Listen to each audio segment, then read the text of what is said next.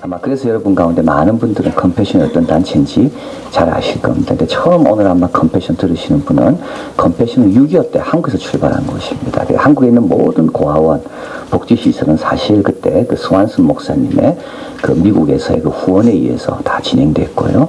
그리고 이제 한국에 어느 정도 잘 살게 돼서 한국에서는 철수를 하게 되고 세계에 있는 많은 곳에 아이들을 돕고 있습니다. 근데 컴패션 사역의 특징은 그리스도를 증거하고 또 교회를 통해서 돕고 있습니다. 그리고 또 가장 가난한 지역, 쓰레기 더미, 아주 산골짜기, 이제 거기에 교회가 있다면 그 교회에 사람들을 훈련시켜서 거기 있는 주위 아이들을 영양, 또 교육, 또 영적인 걸 철저하게 잘 교육시키는 그래서 미국 NGO를 평가하는 단체에서 해마다 제일 투명하고 제일 건강한 단체를 뽑으라면 컴패션이 될 정도로 그렇게 아주 훌륭한 사역을 잘하고 있는 곳이 컴패션입니다. 서 목사님이 이제 한국에 오셔서 대표로 오셔서 1.7세입니다. 그 1.7세 미국 분이시죠. 그래서 어떻게 이렇게 한국말 잘하시고 영어도 잘하시는지 모르겠는데요. 이분이 오셔서 이 컴패션을 새롭게, 그래서 지금 한국 컴패션은 세계에서 가장 모범적이고 빨리 성장하고 있고 사역을 잘하는 그런 모범적이고 탁월한 그런 단체로 지금 성장하고 있습니다. 우리 교회 아마 지금 3번째 오시는데요. 얼마나 감사한지 또 오셔서 말씀해 주셔서 감사. 오늘 또 은혜 많이 받게 되실 겁니다.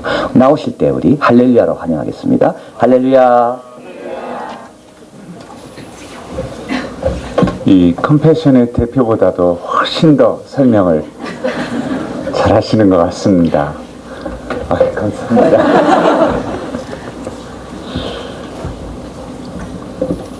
참 이한교회와 신기영 목사님은 제 마음속에 그 여러 교회를 다니지만 다 교회들이 똑같다고 생각되지 않습니다. 얼마나 소중하게 제가 마음속에 감사하면서 또 존경하는 우리 신기영 목사님 교회에 다시 설 수 있게 돼서 감사한지 모릅니다. 그리고 어린이들을 대표해서 여러분 한 분 한 분에게 진심으로 감사드립니다.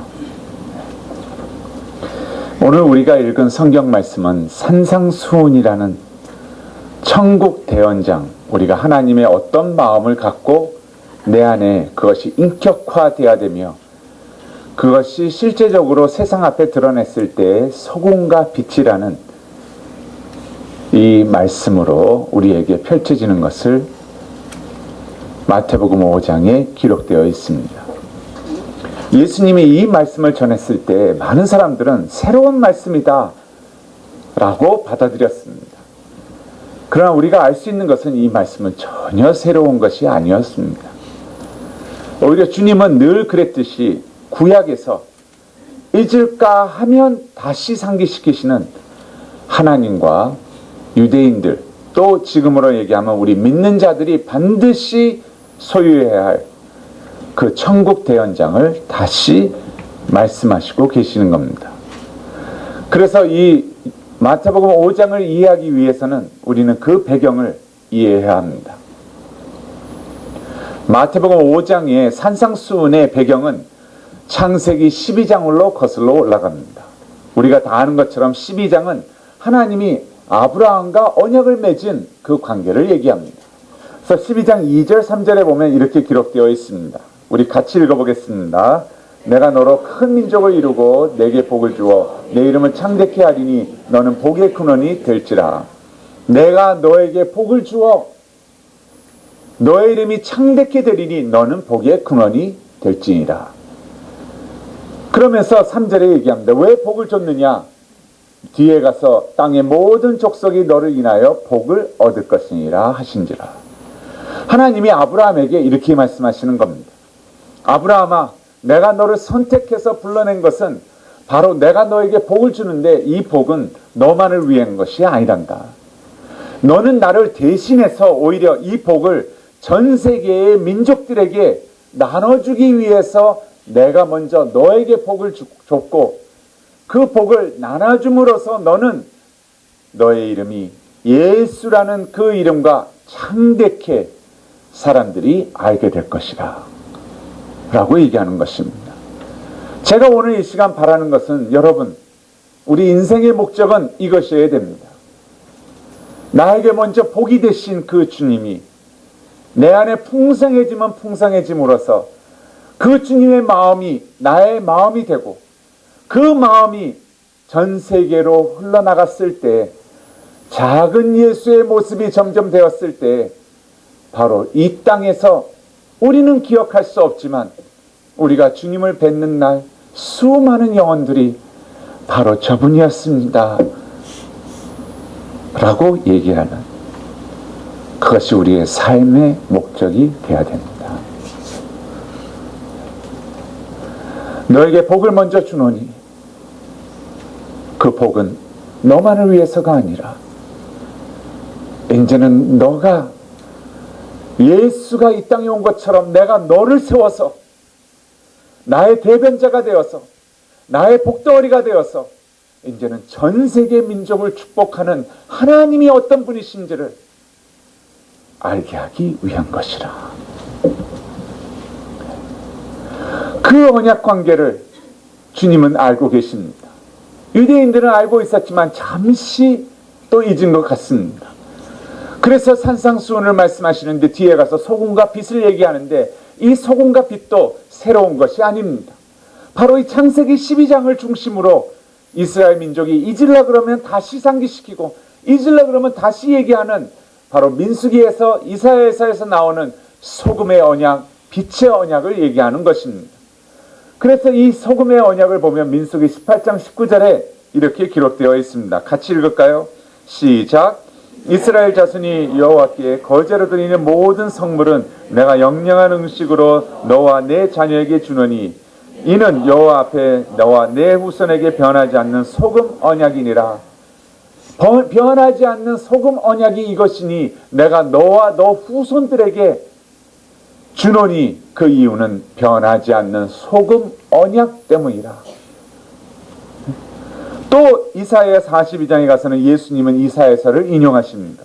6절에 보니까 나 여호와가 의로 너를 불렀은즉 내가 내 손을 잡아 너를 보호하며 너를 세워 백성의 언약과 이방의 빛이 되게 하려니. 백성의 언약과 이방의 빛이 되게 하려니. 그리고 뒤에 가서 이사야서 49장 6절에 보니까 우리 같이 읽어볼까요? 시작. 그가 가라사대 내가 나의 종이 되어 야곱의 지파들을 일으키며 이스라엘 중 오히려 경항이리라. 내가 또 너로 이방의 빛을 삼아 나의 구원을 베풀어서 땅끝까지 이르게 하리라. 이스라엘 민족들을 보존하고 내가 귀환시키는 것은 너무나 쉬운 것이라. 그런데 이 모든 것을 하는 것은 내가 너로 인하여 이방의 빛을 삼아 나의 구원을 베풀어서 땅끝까지 이르게 하리라. 이방의 빛을 삼아 너로 인하여 땅끝까지 이르게 하리라. 아브라함의 언약이 소금과 빛의 언약으로 지금 민수기와 이사야에서의 말씀을 갖고 예수님은 바로 마태복음 5장 13절에서부터 16절에 이 소금과 빛을 얘기하고 있는 것입니다. 여러분, 소금은 무엇입니까? 지금 이 세상은 점점 썩어져 가고 있습니다. 여러분, 솔직히 우리의 인생은 썩어져가는 인생입니다. 태어날 때 우리는 벌써 태어나는 순간부터 이미 죽은 인생을 살고 있는 것입니다. 그렇기 때문에 이 꽃을 보면 여러 가지 꽃을 우리가 꽃다발을 누구에게 선물을 하면 꽃은 언제 죽었냐면 지금은 화려하고 아름답고 냄새나지만 이미 꺾인 후에부터는 그 꽃은 죽은 것입니다. 그리고 시대로 가는 것만 기다리고 있는 것입니다. 인생이 탄생하는 순간 우리는 하나님이 정해진 그 시간까지 시들어가고 있는 것입니다. 그것은 막을 수가 없습니다. 아무리 막으려고 애써도 여기에는 주름살이 생기고 아무리 성형을 하고 애를 써도 우리는 결국에는 그 죽음을 맛봐야 하는, 썩을 수밖에 없는 죽음으로 가는 그 인생입니다. 그러나 그 인생에게 복을 주시고 그 복의 근원이 되며 그 복을 너를 통하여 전 인류에게 복이 되기를 원한다 하시는 그것은 바로 그 예수를 만났을 때 썩어져가는 이 인생이 영원한 소망을 갖고 주님의 영원을 준비하며 사는 인생으로 바뀌는 것이기 때문입니다. 죽음에서 생명으로, 죄에서 선으로 하나님과 함께 사는 그 삶을 얘기하고 있는 것입니다.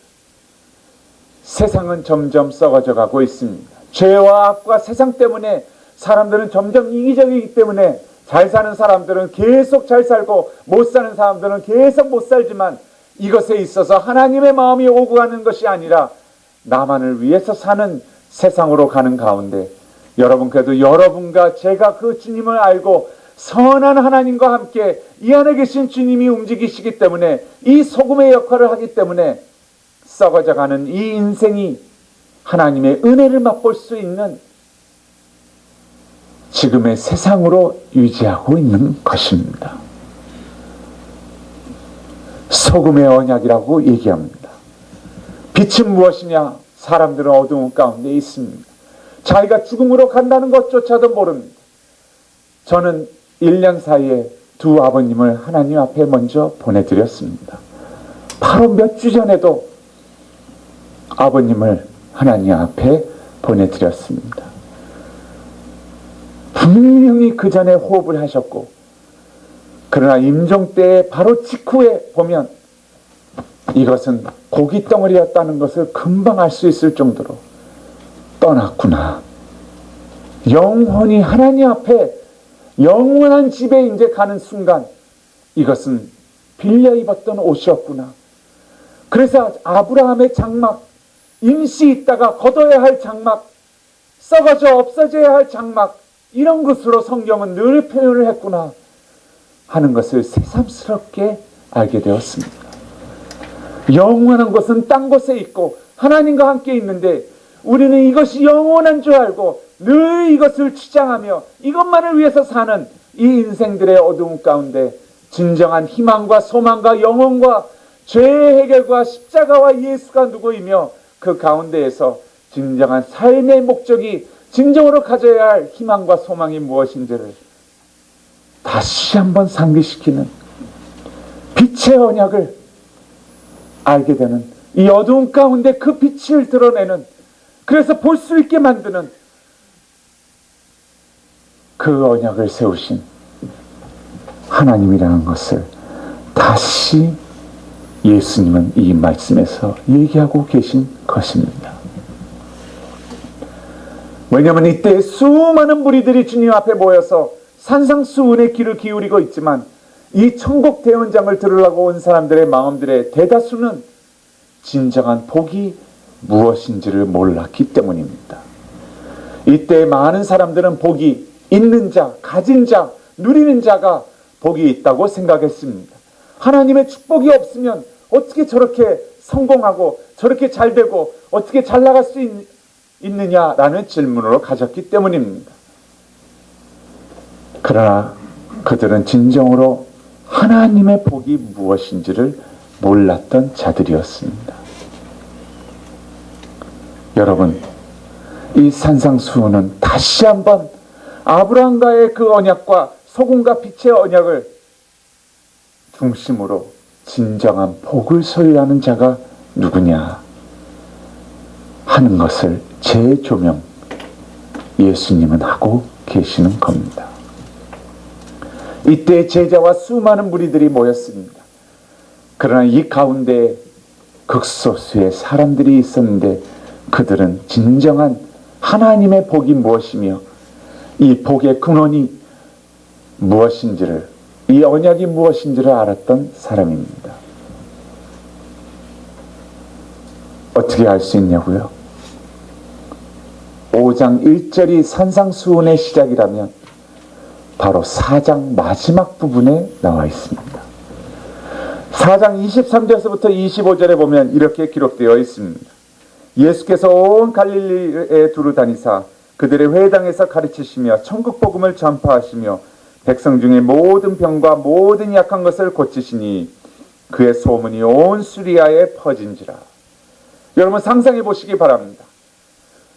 회당을 다니시면서 복음을 전파하시고 진정한 복이 무엇이냐, 하나님과의 언약이 무엇이냐, 너를 세우신 이유가 무엇이냐 하면서 병자들을 고치시고 아픈 자들과 함께하는 그 주님이 되었을 때에 온 소문이 퍼지기 시작합니다.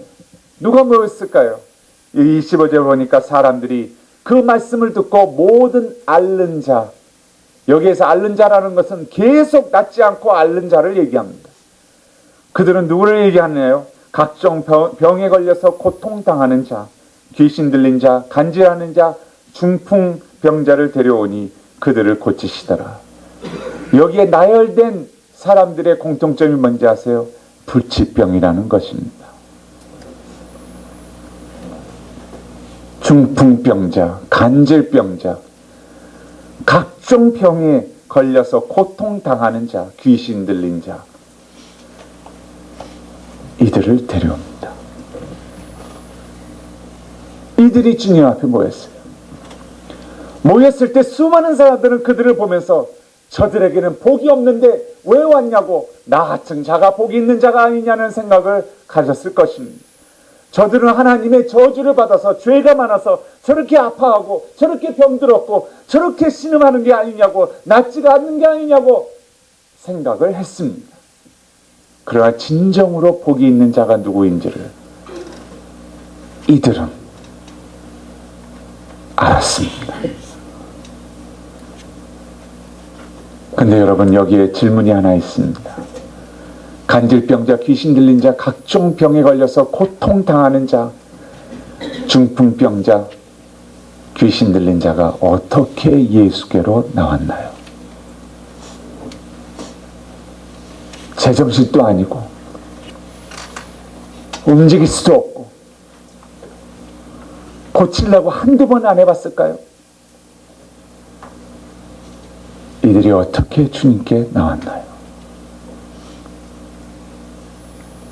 그들과 함께하는 자들이 있었습니다. 그들은 무릎만 꿇으며 주님 앞에 그렇게 기도했겠죠. 아버지, 도와주세요. 내 아들, 내 어머니, 나의 아내, 나의 친구, 나의 아버지가 당신 아니면 나을 길이 없습니다. 도와주시옵소서.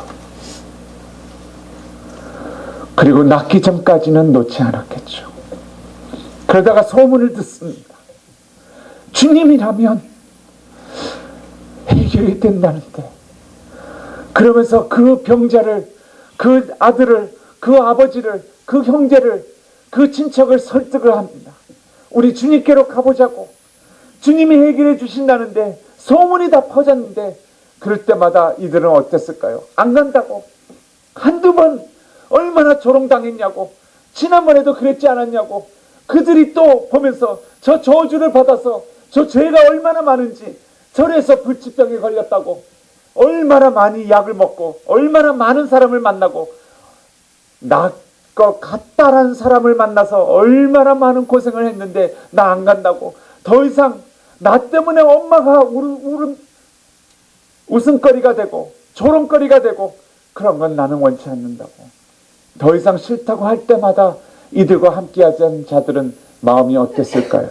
아니야, 마지막 한 번만 더 해보자, 한 번만 더 해보자. 그 마음은 이거 외에는 없죠. 하나님의 복이 너에게 꼭 필요하단다.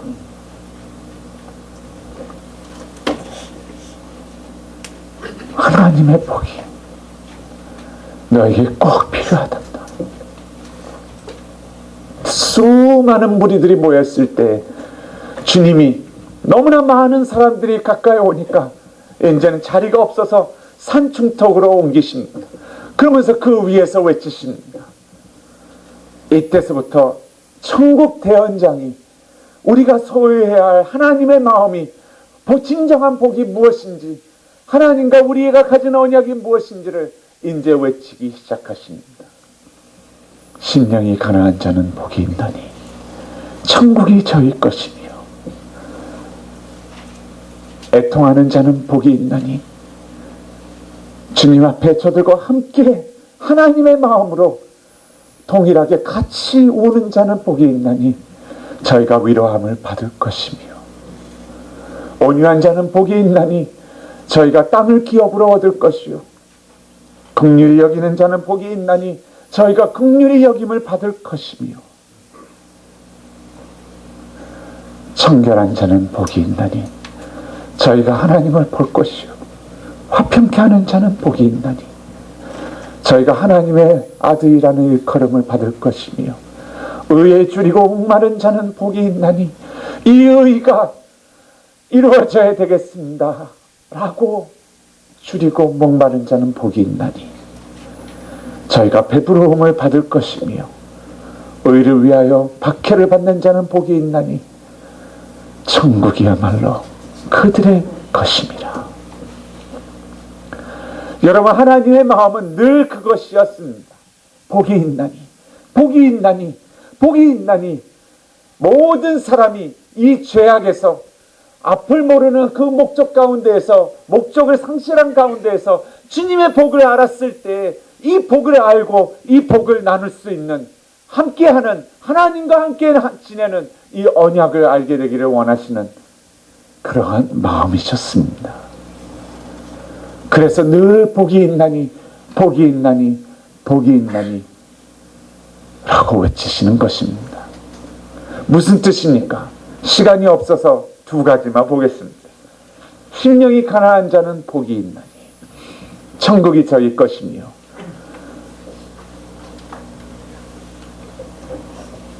이것은 우리의 마음이 너무나도 그 한 사람과 가난해져서 무엇이라도 붙잡겠다는, 하나님 이 사람에게 당신의 복이, 예수의 십자가가 임하게 하여 주옵소서. 그 하나님의 마음을 얘기합니다. 도와주시옵소서. 저는 한 청년들과 한 20여 명과 무덤마을의 프로젝트를 방문했습니다. 교회에서 아이가 너무나도 깨끗하게 잘 자라는 것을 보고 한 집을 방문하는데, 여러 공동묘지를 제가 가봤지만 그 중에 한 공동묘지를 사는 아이의 집을 방문하게 되었습니다. 바깥에서 보면 전혀 그 안에 공동묘지라는 것은 몰라요.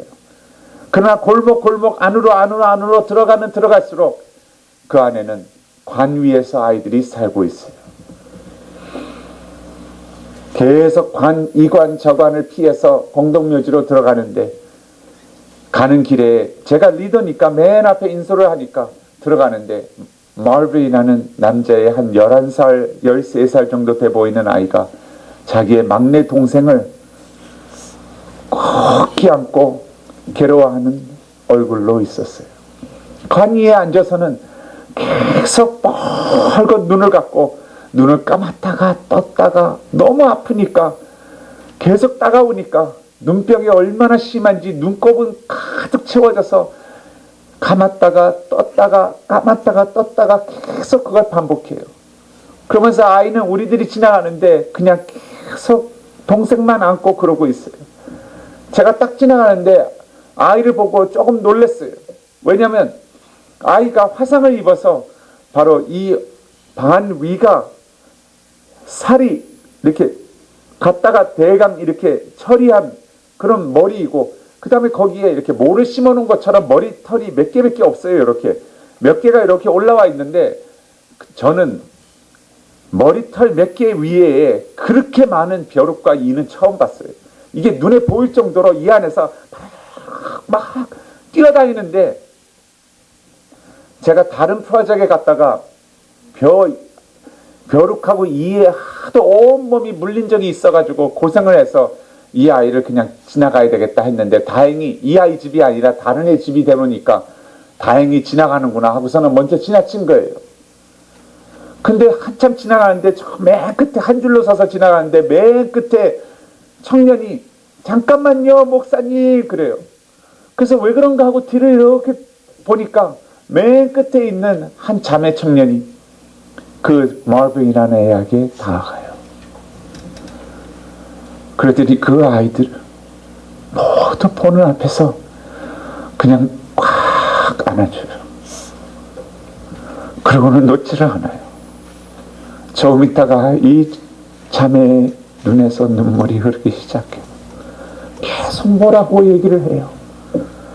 그래서 맨 앞에서 좀 비키라 그러면서 이 아이 앞으로 왔어요. 자매가 계속 눈물을 흘리면서 말빈에게 얘기를 해줘요. 말빈, God loves you and I love you too. Marvin, God loves you and I love you too. Marvin, God loves you and I love you too. 계속 반복을 해요. 애가 동생을 안고 있지만 알았다면서 이 아이도 그 빨간 눈에서 눈물을 흘리기 시작해요. 한참 있다가 저한테 그래. 목사님, 제가 이 아이를 양육하겠습니다. 얘를 컴패션에 들어오게 해주세요. 왜냐면 알았거든요. 컴패션에 들어와 있으면 이미 다 치료를 해줬을 텐데 이렇게 아프다는 것은, 치료가 안 됐다는 것은 컴패션에 안 들어와 있는 아이라는 걸 알았거든요. 그래서 이 아이를 등록시켜서 지금 참 잘 크고 있어요. 근데 여러분, 심령이 가난한 자는 복이 있나니 천국이 저희 것이며, 무슨 뜻인지 아세요? 하나님의 복은, 하나님의 천국은 이 세상에 어느 누구도 그 사랑을 피해갈 수 없다는 뜻입니다. 말빈까지도 그 복을 알아야 되고, 그 말빈과 함께 하시는 그 하나님의 마음이 되었을 때 이 하나님의 복은 이 한 자매를 통해서 이 말빈에게 천국을 이루는 복으로 나아간다는 것입니다. 애통하는 자는 복이 있나니 저희가 위로를 받을 것이며, 의에 줄이고 목마른 자는 복이 있나니 저희가 배부름을 받을 것이요, 온유한 자는 복이 있나니 저희가 땅을 기업으로 받을 것이요, 긍휼히 여기는 자는 복이 있나니 저희가 긍휼히 여김을 받을 것이며. 여러분, 긍휼히 여긴다는 것은 무엇입니까? 이 세상에 어떠한 무기력하면 무기력할수록 그에게는 하나님의 복이 함께하기를 원한다는 뜻입니다. 긍휼히 여기는 자는 복이 있나니. 컴패션을 하면서 구세군의 사령관님을 만난 적이 있습니다. 70대가 넘은 사령관님인데, 여러분, 구세군은 목사님을 사관이라고 군대처럼 명칭을 붙입니다. 그리고 목사님 중에 노에 좀 이렇게 높으신 분을 사령관이라고 그럽니다. 그래서 이 사령관님을 뵀는데 이분이 저한테 그래요. 컴패션이 아직도 있냐고 그러면서 물어요. 내가 컴패션 출신이라고, 컴패션에서 세운 보육원, 대구에 있었던 보육원에서 내가 컸다고 그러면서 얘기를 해요. 사장님 목사, 나와 내 누이가 그 보육원에서 자랐는데 그 보육원에 가서 하루에 한 끼를 먹은 사람과 그 보육원에 들어가지 못했던 아이들의 차이가 뭔지 아느냐. 나머지 6명의 형제가 다 죽었다고. 그러면서 본인이 얘기해줘요. 본인은 컴패션을 잊을 수가 없다고 하면서 이야기를 해주는데, 대구의 보육원에서 양육되고 있는데 우리가 신경 목사님하고 인도네시아에 비전 취입을 간 것처럼 미국에서 후원자들이 대구의 보육원에 있는 아이들을 만나러 왔다는 거예요. 그래서 보육원에서, 바로 교회니까 프로젝트가, 교회에서 아이들이 찬양도 하고 본인들이 지금까지 배운 것들을 좀 보여주고 이러는 가운데 그걸 다 보고는 한 아이 집을 방문하자고, 가정 방문을 하려고 집을 나섰는데, 프로젝트를 나섰는데 교회 밖에서 쭉 어느 정도 걸어가는데 한 여자아이가 마치 귀신처럼 머리는 무릎까지 머리털이 이렇게 길게 쏟아져가지고 옷도 거의 걸레 같은 옷을 걸치고, 여자아이가 한 11살 이런 된 아이가 동네를 누비고 다니는 걸 봤대요. 그걸 보니까 미국 사람들이 놀래가지고 갑자기 그 아이에 대해서 묻는 거예요. 아니 왜 저 여자아이가 저렇게 다니냐고. 그러니까 선생님들이 아무 말을 못하는 거예요. 또 가다가 묻는 거예요. 아니 왜 애를 교회 프로젝트에다가 안 집어넣냐고, 등록을 왜 안 시켰냐고, 왜 쟤를 저렇게 버려놨냐고. 그러니까 선생님이 그때서 얘기를 하는 거예요. 우리가 몇 번을 시도했는데 애가 정신이 조금 정상이 아니어서 아무리 들여다놔도 저렇게 뛰쳐나가서 아무도 손을 못 대는, 본인도 그렇고 우리 애들도 그렇고 서로 어울리지 못하는 그런 관계이고, 부모도 할 수 없이 얘를 내놨다고 밖으로. 그래서 애가 저렇게 막 다닌다고. 몇 차례를 씻겨보기도 하고 머리도 잘라주기도 해보고 했는데 안 된다고.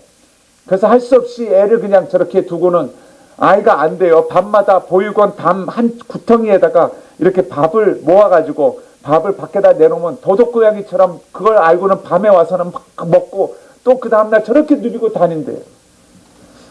미국 후원자들이 전부 시무룩하더니 그 다음 교회 프로젝트로 갔어요. 우리가 아는 것처럼 한 교회 프로젝트를 떠나면 다시 안 오거든요. 일주일 후에 이분들이 다시 왔더래요. 그러더니 그때 이 구세군 사령관님이 열 몇 살 때 그걸 기억하는 거예요. 다시 오더니 전부 다 그러더래요. 일주일 동안 우리는 잠을 잘 잘 수가 없었습니다. 그 여자아이를 좀 찾아주세요. 선생님들이 동네를 나서서 그 여자아이를 데려다가 깨끗하게 씻기고 머리를 자르고 예쁜 옷을 입히고 미국 사람들 앞에 데려왔대요. 이때 이분이 잊지를 못한다는 얘기가 그거예요. 컴패션, 그러면 나는 잊을 수가 없습니다. 그때 그분들의 눈동자와 그분들의 말을 나는 잊지 못합니다.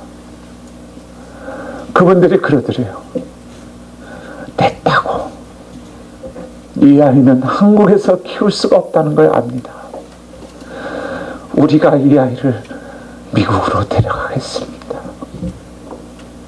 일주일에 만에 입양을 시켜서 입양 수속을 끝내고는 아이를 데려가더래요. 본인은 잊을 수가 없다고. 그러면서 저한테 얘기를 해줘요. 긍휼히 여기는 자는 복이 있다. 저희가 긍휼히 여김을 받을 것이며